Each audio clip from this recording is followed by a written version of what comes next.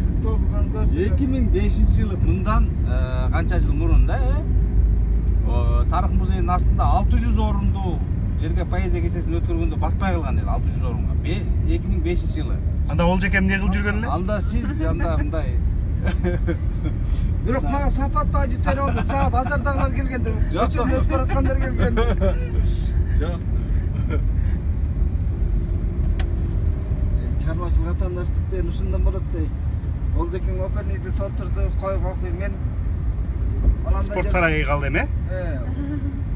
Планканы ошентип коелу да.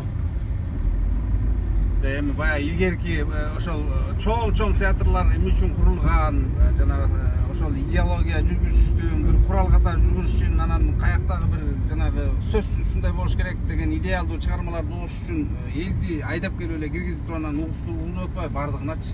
Ошон үчүн бир 600 000 орунду. Бирок ошол жерде театр искусствосуна эл калыптанып калган да, аудиториячы. Анан бул театр деген башка элден келген цивилизация деп түшүнбөйм менчи. Мисалы Кыргыздын өзүндө болгондо театрчы, Манастырдын өзү театрдын актёру да. Чоң театр болгондо. Ошол кездеги эскерүүлөрдү окусаң, ошолда. Анан бул жаңы модернизация просто театрдын турмушучу. Анан жаңы турмушка баарын эле пропаганда саясат менен өтүлгөндөн кийин Эгер мындай алда керек